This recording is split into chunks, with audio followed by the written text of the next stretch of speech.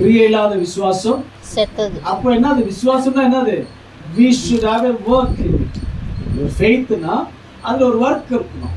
அந்த ஒர்க் இல்லைன்னா அந்த ஃபெய்த்தா நமக்கு என்ன ஆகாது, நமக்கு அந்த ரிசல்ட் வராது. அப்போ ஒர்க் பண்ணாதான் அதனுடைய ரிசல்ட் என்னன்னு பார்த்தீங்கன்னா faith. Outcome of the work is faith. அப்போ என்ன ஒர்க் பண்ணணும் நம்மனா, கர்த்தருடைய வார்த்தையை நம்ம தியானிக்கணும். இயேசு மேல நம்ம நம்பிக்கை வைக்கணும். இவர் தான் என் அப்பா, இவர் தான் என்ன ஆசீர்வதிக்கிறவரு, இவர் தான் என்ன சுகப்படுத்துகிறவரு, இவர் தான் என்ன நடத்துகிறவர் சொல்லி இயேசு மேல ஒரு நம்பிக்கை வைக்கணும். ஆமென். அப்ப நம்பிக்கை வச்சாதான் எல்லாமே கைகூடி வரும். நம்பிக்கை வைக்காத வரைக்கும் வராது. அப்படின்னா என்னது, நம்ம முதல் கட்டமாக இயேசுவை நம்பணும். கரெக்ட்டுங்களா? இயேசுவே நம்பலன்னா எப்படி வரும் நமக்கு? இவருக்கு இயேசுனே தெரியாது. ஏன் தெரியணும்? எப்படி தெரியும்னா, எங்க அப்பா அம்மா சர்ச்சுக்கு வராங்க அதனால தெரியும். விசுவாசத்துல என்ன தெரியுமா சொல்லுது? நான் பரம தேசத்துக்கு போகணும்னு சொல்லுது. கானான் தேசத்துக்கு என்னது? கானான் தேசத்தை விசுவாசத்துல பார்க்கணும். அந்த விசுவாசத்தை தான் தேவன் நமக்கு கற்றுக் கொடுத்துக்கிறாரு. ஆபேலு என்ன பண்ணல? நீதிமான இது உலகத்துக்காக தோன்றல, தேவனுடைய பார்வைக்காக மாத்திரம் தோன்றினான். விளங்குச்சுங்களா? நீங்க கொடுக்கிற காணிக்கையில நீங்க கொடுக்கறீங்க பாருங்களா, அந்த காணிக்கை தேவனுக்கு தெரியும். தேவரீர் நான் உனக்காக தரேன், இந்த காணிக்கையினுடைய வழி இதை ஏற்றுக்கொள்ளும், என்னோட விசுவாசத்தை கொடுக்கிற, நான் நீதிமான இருக்க விரும்புறேன். அப்படின்னா என்னது? நீதிமான இருக்கிறேன்னா என்னது? நீதிமான என்ன தெரியுமா? கர்த்தருடைய பார்வையில நான் உண்மையா இருக்கிறேன். கர்த்தருடைய பார்வையில நானு ஒளிவு மறைவு எது இல்லாம நான் இருக்கிறேன். ஆமென். எதுவுமே இல்லை. ஆண்டவரே நான் அப்படியே வந்திருக்கேன். ஆண்டவரே நேத்து லைனா வந்துருங்க. சரிங்களா? 3ஆவது அதிகாரம் 17வது வசனத்தை வாசிக்கும் போது இந்த இடத்துல ஒரு விசுவாசத்தை போட்டுருக்குது. எல்லாம் வாசிங்க. That Christ may dwell inside of you. வாசிங்க. விசுவாசத்தினாலே கிறிஸ்து உங்கள் இருதயங்களில் வாசமாய் கிறிஸ்து இருக்கவும், உங்கள் இருதயங்களில் வாசம் செய்யணும். நீங்கள் அன்பிலே வேரூன்றி நிலை பெற்றவர்களாகி. எப்படிங்க நிலைத்திருக்க கூடாதான்? நிலை பெற்றவராகி, rooted in love. இயேசு மேல ஒரு அன்புன்னு வரணும், பாசம்னு வரணும். அப்பதான் விசுவாசம் வரும். அன்பு இல்லாம விசுவாசம் வராது உங்களுக்கு.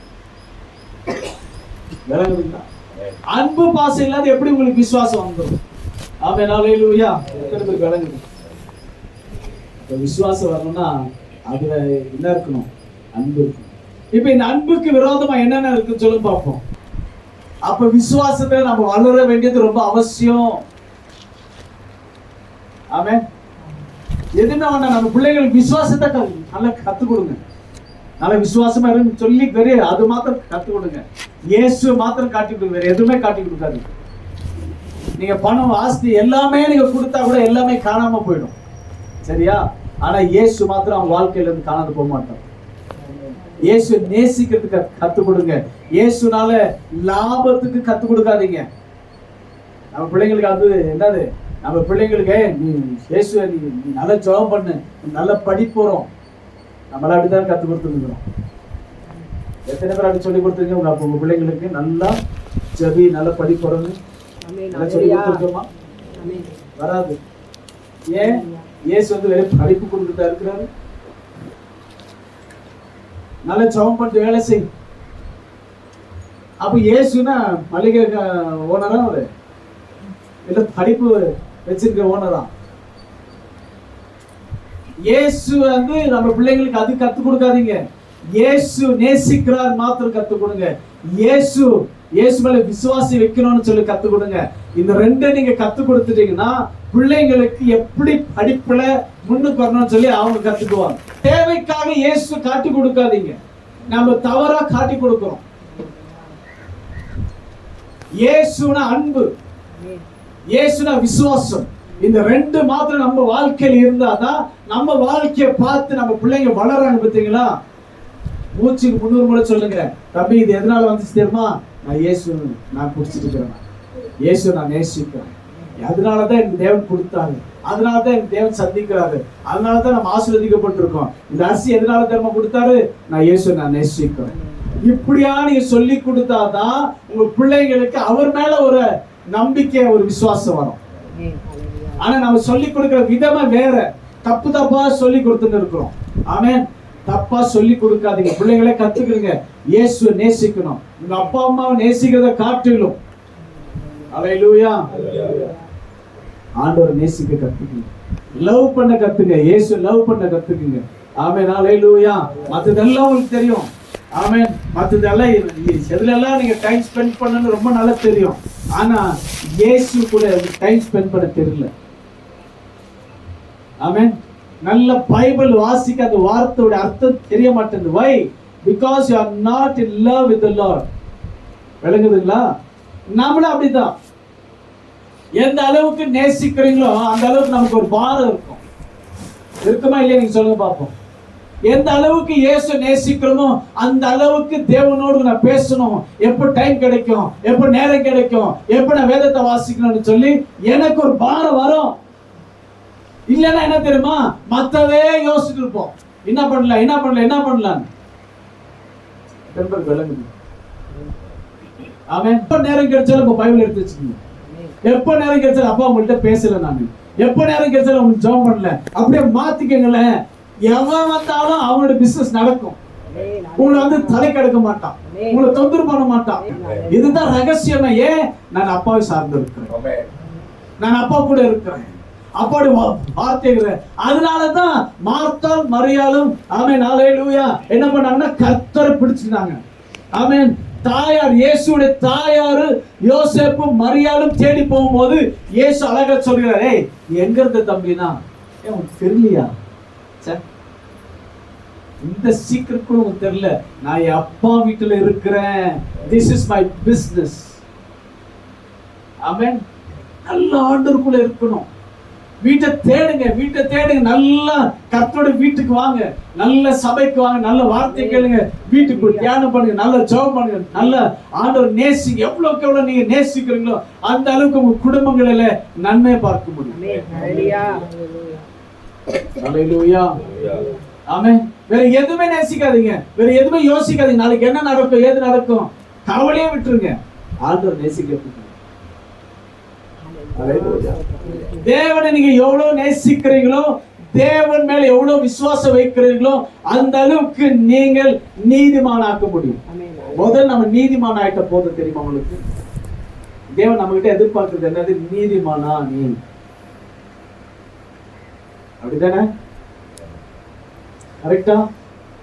அப்ப தேவனை நேசிக்கும் போது, தேவனை விசுவாசம் வைக்கும் போது நம்முடைய நீதியை விட்டு கொடுத்துடக்கூடாது.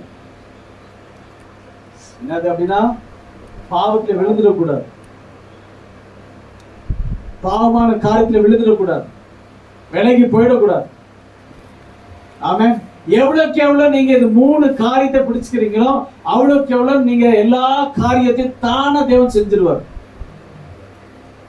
ஆண்டவர் எந்த ரொம்ப அழகா ரொம்ப யோசிக்கிறாரு. புலம்பல். ஆமென் அல்லேலூயா. புலம்பல் முதல் அதிகாரத்துல சில காரியத்தை வாசி காட்டிருப்பாருங்க உங்களுக்கு. எரேமியாக்கு பிறகு இருக்கு. Amen. After Jeremiah there is book called lamentation. lamentation என்னது? lamentation தான் being sad. அவ்வளவுதான். ரொம்ப வருத்தமா பாரமா இருக்கிறது, ஒரு நம்ம மனதுல ஒரு பெரிய வெயிட்டோட இருக்கிறது. ஆமென். அப்ப அவர் சொல்றாரு 4வது வசனத்துல, முதல் அதிகாரம் 4வது வசனம் சொல்றாரு, the way of Zion do mourn because none came to solemn feast. All her gates are desolate. Her priest says, her virgin are afflicted and she is in bitterness. பண்டிகைக்கு வருவார் இல்லாததினால் சியோனுக்கு போகிற வழிகள் புலம்புகிறது. எனவே சியோன் போகிற வழியெல்லாம் புலம்புகிறதா? அவள் வாசல்கள் எல்லாம் பாழாய் கிடக்கிறது. அவள் ஆசாரியர்கள் தவிக்கிறார்கள். ஆசாரியர்கள் பாருங்க, ஊழியக்காரர்கள் தவிக்கிறாங்க. அவள் கன்னிகைகள் சஞ்சலப்படுகிறார்கள். அவளுக்கு கசப்பே உண்டாயிருக்கிறது. ஆமென். என்னது வாழ்க்கையில யாருக்கு உண்டான பிரச்சனை இது? எருசலேம் இஸ்ரேல் மக்களுக்கே உண்டாய் போச்சு. பாத்தீங்களா? யாரை பத்தி சொல்றாரு? இஸ்ரேல் மக்களை பத்தி சொல்றாரு. இஸ்ரேல் மக்களே இப்ப துக்கத்திலும் கண்ணீரிலும் வேதனையிலும் இருக்கிறார்கள். நல்லா புரியுது, ரொம்ப நேரம் எடுக்கும். ஆமென். அவ்வளவு ஈஸியா புரியாது. ஏன்னா தேவன் அந்த ஜனங்களை அவ்வளோ நேசிக்கிறார். ஏன் மக்கள், ஏன் ஜனங்கன்றாரு. அப்ப அவரு மாத்திரம் அவர் சொந்தத்தை கொண்டாடும் போது நம்ம ஏன் அவரை நம்முடைய தேவன் சொல்லி நம்ம கொண்டாட மாட்டோம்? ஆண்டவர் பிடிச்சுங்கன்றோம். நீங்க யார நம்பி போறீங்களோ அவங்கதான் உங்களை மோசம் பண்றதுக்கு ஆயத்தமா இருக்கிறாங்க. தேவன் உங்களுக்காக பரிதபிக்கிறாரு, நமக்காக பரிதபிக்கிறாரு, நமக்காக வேதனைப்படுகிறாரு. ஏன் ஜனங்க இப்படி இருக்கிறாங்க, ஏன் ஜனங்க துக்கத்துல இருக்க, ஏன் ஜனங்க வேதனையில இருக்க, ஏன் ஜனங்க ஆசீர்வதிக்கப்படல, ஏன் ஜனங்க சந்தோஷமா இல்லைன்னு சொல்லி வேதனைப்படுறாரு. ஏன்னா நம்ம தேவனை நம்ம நேசிக்க மாட்டோம், தேவன் மேல விசுவாசம் இல்லை. அதனாலதான் அவர் வருத்தப்படுறாரு. இந்த ஜனங்கள்ல ஊழியக்காரன் நம்பிட்டு இருக்காங்க, அவங்க ஜனங்களை போயிட்டு நம்பிட்டு இருக்காங்க. அவங்களுக்கு தெரியல, அவங்க ஜனங்க அவங்க நம்புற ஊழியக்காரங்களை ஏமாத்திடுவாங்க, அவங்களுக்கு தெரிய மாட்டேன்னு சொல்லி வேதனைப்படுறாரு. அதனால தேவன் தான் உங்களுக்காக இருக்கு. இந்த தேவன் விட்டு வேற யாருமே இல்லை. வாழை பிள்ளைங்களை நல்லா நினைச்சுங்க, இந்த கடவுளை விட்டு வேற யாரை தேடுனீங்களா உங்க அப்பா அம்மா கூட நீங்க போயிட்டு கேட்காதீங்க. எந்த காரியத்துக்கும் போயிட்டு கேட்காதீங்க. ஆண்டவர்கிட்ட ஜெபம் பண்ணுங்க, ஆண்டவர்கிட்ட போயிட்டு நில்லுங்க, ஆண்டவரை நான் உண்மை தான் தேடுகிறேன் போயிட்டு தேடுங்க. ஆண்டவர் எல்லாமே செய்வார். விளங்குது நான் சொல்றதெல்லாம் விளங்குதுதான். அப்ப நமக்கு இருக்கிற ஒரே ஒரு வேலை என்ன தெரியுமா? இந்த ஆண்டவர் தேவை. காலையில தேடுறீங்களோ, மாலையில தேடுறீங்களோ, மத்தியானத்துல தேடுறீங்களோ, இரவுல தேடுறீங்க, அது உங்க விருப்பம். அது காலையில எந்திரிச்ச உடனே ஜெபம் பண்ண நான் சொல்ல வரல, நீங்க எந்திரிச்ச உடனே இப்ப பைபிள் வாசின்னு சொல்ல வரல.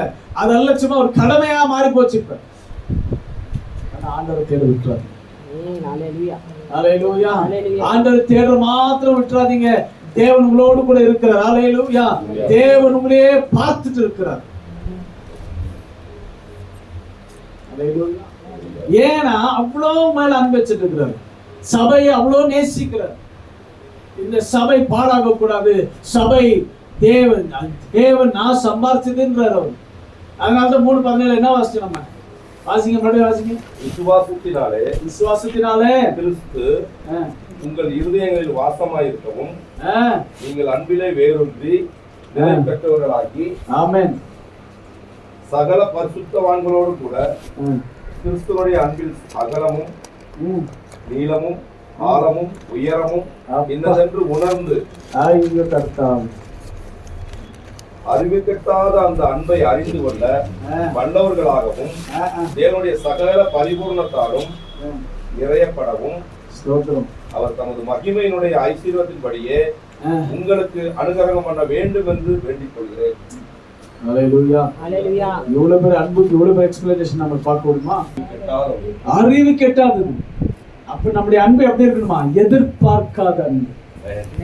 சொல்ல ரொம்ப பிளைனா, எதுக்கு ஒரு எதிர்பார்ப்புல அன்புல நீங்க செய்றீங்க? அப்ப எதிர்பார்க்கணும் என்னடப்ப? புக் ஆஃப் ரோமன்ஸ் 12வது அதிகாரம் 9வது வசனத்தை வாசி. உங்கள் அன்பு மாயமற்றதா இருப்பதாக, தீமையை வெறுத்து நன்மையை பற்றி கொண்டிருங்கள். மாயமற்றதான அன்பு இயேசு மேல வைக்கிறீங்களோ, எதிர்பாராத அன்பு. எதிர்பார்க்குது கொடுங்கன்றது வேற, அது இல்ல. நான் உங்களை நேசிக்கிறேன், அந்த அன்பு இருந்துட்டா போதும். ஹல்லேலூயா. அந்த அன்பு இருந்தா போதும். கண்டிப்பாக தேவன் உங்களை விட்டு என்ன பண்ண மாட்டாரு? ஒரு நிமிஷம் கூட உங்களுக்கு பிரிய மாட்டாரு. ஆமாவா இல்லையா? அந்த ஒரு நிமிஷம் கூட பிரியாத இருக்கிறதுக்காக தான் சபை வச்சிருக்காரு. சபையில இருந்து தேவன் பேசிட்டு இருக்கிறாரு. தேவன் உங்களோடு இருக்க விரும்புகிறார். இதுதான் விசுவாசம். இந்த விசுவாசம் இருந்தா போதும் நம்ம பிழைச்சுக்கலாம். இந்த விசுவாசம் இருந்தா போதும் நம்ம ஆசீர்வதிக்கப்படுவோம். இந்த விசுவாசம் இருந்தா போதும் நம்ம சுகமா இருக்க முடியும். ஆமென். வரமாட்டது நல்ல சத்தமா சொல்லுங்க. நீங்க சுகமா, உங்க குடும்பம் சுகமாக ஆரோக்கியமாக இருக்கணும்னா இயேசுவை நேசிக்க கத்துக்கங்க. இயேசுவை நேசிச்சீங்கன்னா உங்க குடும்பத்துல அவர் ஒருத்தராக இருப்பார். ஹல்லேலூயா. இதுதான் சின்ன பிள்ளைங்க சொல்லி தர மாதிரி நான் உள்ளவங்களுக்கு பேசிட்டு இருக்கிறேன். ஹல்லேலூயா. நீங்க புரிஞ்சுக்கணும்னு நான் நினைக்கிறேன். ஹல்லேலூயா. மீண்டும் சொல்லுகிறேன், உங்க குடும்பங்களை பார்த்து, உங்க குடும்பத்தாரை பார்த்து சோர்ந்து போயிடாதீங்க, விழுந்து போயிடாதீங்க, வெறுத்து போயிடாதீங்க. அவங்க எல்லாம் ஒரு தருவீங்க. என்ன வேணாலும் பண்ணிட்டு போட்டோம், கண்டுக்காதீங்க. இயேசு நேசிங்க. அப்ப அசைக்க முடியாத விசுவாசம் உங்களுக்குள்ள எழும். தேவன் அதற்கும் உங்களை இருக்கிற வரைக்கும் உங்கள் ஆயுஷ் நாட்கள் வரைக்கும் தேவன் உங்களை ஆசீர்வதிப்பார். அல்லேலூயா.